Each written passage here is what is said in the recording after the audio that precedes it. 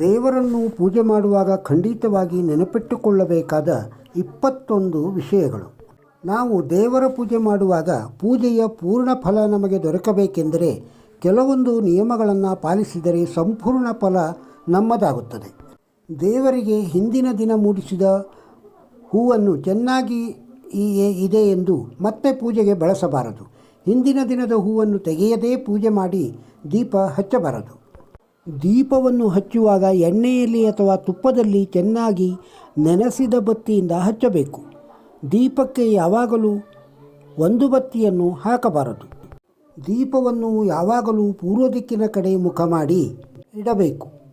ಒಂದು ದೀಪವನ್ನು ಇನ್ನೊಂದು ದೀಪದಿಂದ ಹಚ್ಚಬಾರದು. ಪೂಜೆಗೆ ಕುಳಿತುಕೊಳ್ಳುವ ಆಸನವನ್ನು ಬೇರೆ ಯಾವುದಕ್ಕೂ ಉಪಯೋಗಿಸಬಾರದು. ದೇವರ ಎದುರುಗಡೆ ಅಂದರೆ ದೇವರಿಗೆ ನೇರವಾಗಿ ಮುಖ ಮಾಡಿ ನಿಂತು ಅಥವಾ ಕುಳಿತು ಯಾವ ಮಂತ್ರಗಳನ್ನು ಪಠಿಸಬಾರದು. ದೇವರಿಗೆ ನಮಸ್ಕಾರ ಮಾಡುವಾಗ ಗಂಡಸರು ಸಾಷ್ಟಾಂಗ ನಮಸ್ಕಾರವನ್ನು ಮಾಡಬೇಕು. ಹೆಂಗಸರು ಮಂಡಿಯೂರಿ ಹಣೆಯನ್ನು ನೆಲಕ್ಕೆ ತಾಗಿಸಿ ನಮಸ್ಕಾರ ಮಾಡಬೇಕು. ತುಳಸಿ ದಳವನ್ನು ಹೆಂಗಸರು ಕೀಳಬಾರದು ಹಾಗೂ ಮಧ್ಯಾಹ್ನ ಮತ್ತು ಸಂಜೆ ತುಳಸಿಯನ್ನು ಕೀಳಬಾರದು. ಪ್ರಸಾದವನ್ನು ಸ್ವೀಕರಿಸುವಾಗ ಮೊದಲು ಕಣ್ಣಿಗೆ ಒತ್ತಿಕೊಂಡು ಮಹಾಪ್ರಸಾದವೆಂದು ಸ್ವೀಕರಿಸಬೇಕು.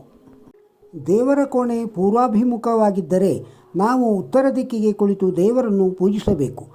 ಹಾಗೆ ದೇವರ ಕೋಣೆ ಉತ್ತರಾಭಿಮುಖವಾಗಿದ್ದರೆ ನಾವು ಪೂರ್ವಾಭಿಮುಖವಾಗಿ ಕುಳಿತು ದೇವರನ್ನು ಪೂಜಿಸಬೇಕು. ದೇವರಿಗೆ ಪೂಜೆ ಮಾಡುವಾಗ ದೀಪ ಹಚ್ಚುವಾಗ ಯಾವಾಗಲೂ ಮನೆಯ ಮುಂಬಾಗಿಲು ತೆರೆದಿರಬೇಕು. ತೀರ್ಥ ತೆಗೆದುಕೊಳ್ಳುವಾಗ ಒಂದೇ ಬಾರಿ 3 ಸಲ ತೆಗೆದುಕೊಳ್ಳಬಾರದು. ಪ್ರತಿಯೊಬ್ಬರ ಮನೆಯಲ್ಲಿಯೂ ಪ್ರಾತಃ ಕಾಲದಲ್ಲಿ ಮತ್ತು ಸಂಜೆ ಸಮಯದಲ್ಲಿ ದೇವರಿಗೆ ದೀಪ ಹಚ್ಚುವುದನ್ನು ಮರೆಯಬಾರದು. ಮನೆಯಲ್ಲಿ ಲಕ್ಷ್ಮಿಯ ಫೋಟೋವನ್ನು ಇಟ್ಟು ಪೂಜಿಸುವುದಾದರೆ ಲಕ್ಷ್ಮಿ ಚಂಚಲೆಯಾಗಿರುವುದರಿಂದ ಕಮಲದ ಮೇಲೆ ಕುಳಿತ ಲಕ್ಷ್ಮಿಯನ್ನು ಪೂಜೆ ಮಾಡಿದರೆ ಒಳ್ಳೆಯದು. ದೇವರ ಮನೆಯಲ್ಲಿ ಪೂರ್ವಜರ ನಿಧನ ಹೊಂದಿದವರ ಫೋಟೋಗಳನ್ನು ಇಟ್ಟು ಪೂಜಿಸಬಾರದು. ದೇವರ ಕೋಣೆಯಲ್ಲಿ ಹರಿತವಾದ ಚಾಕು, ಕತ್ತಿ, ಕಬ್ಬಿಣ ಇತ್ಯಾದಿ ವಸ್ತುಗಳನ್ನು ಇಡಬಾರದು. ದೇವರ ಕೋಣೆ ಎದುರು ಡಸ್ಟ್ಬಿನ್ ಪೊರಕೆಯನ್ನು ಇಡಬಾರದು. ದೇವರ ಕೋಣೆಯಲ್ಲಿ ಒಡೆದ ಫೋಟೋ ಅಥವಾ ಒಡೆದ ವಿಗ್ರಹಗಳನ್ನು ಇಟ್ಟು ಪೂಜಿಸಬಾರದು.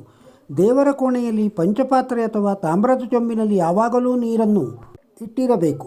ಧೂಪ, ದೀಪ, ಆರತಿಯನ್ನು ಬೆಳಗುವಾಗ ಮಾತ್ರ ಗಂಟೆಯನ್ನು ಬಾರಿಸಬೇಕು. ಈ ಮಾಹಿತಿ ಇಷ್ಟ ಆದರೆ ಲೈಕ್ ಮಾಡಿ. ಮತ್ತಷ್ಟು ಮಾಹಿತಿಗಳಿಗೆ ಚಾನಲ್ನ ಸಬ್ಸ್ಕ್ರೈಬ್ ಮಾಡಿ. ಮತ್ತೊಂದು ಹೊಸ ಮಾಹಿತಿಯೊಂದಿಗೆ ಸಿಗೋಣ. ಧನ್ಯವಾದಗಳು. ನಮಸ್ಕಾರ.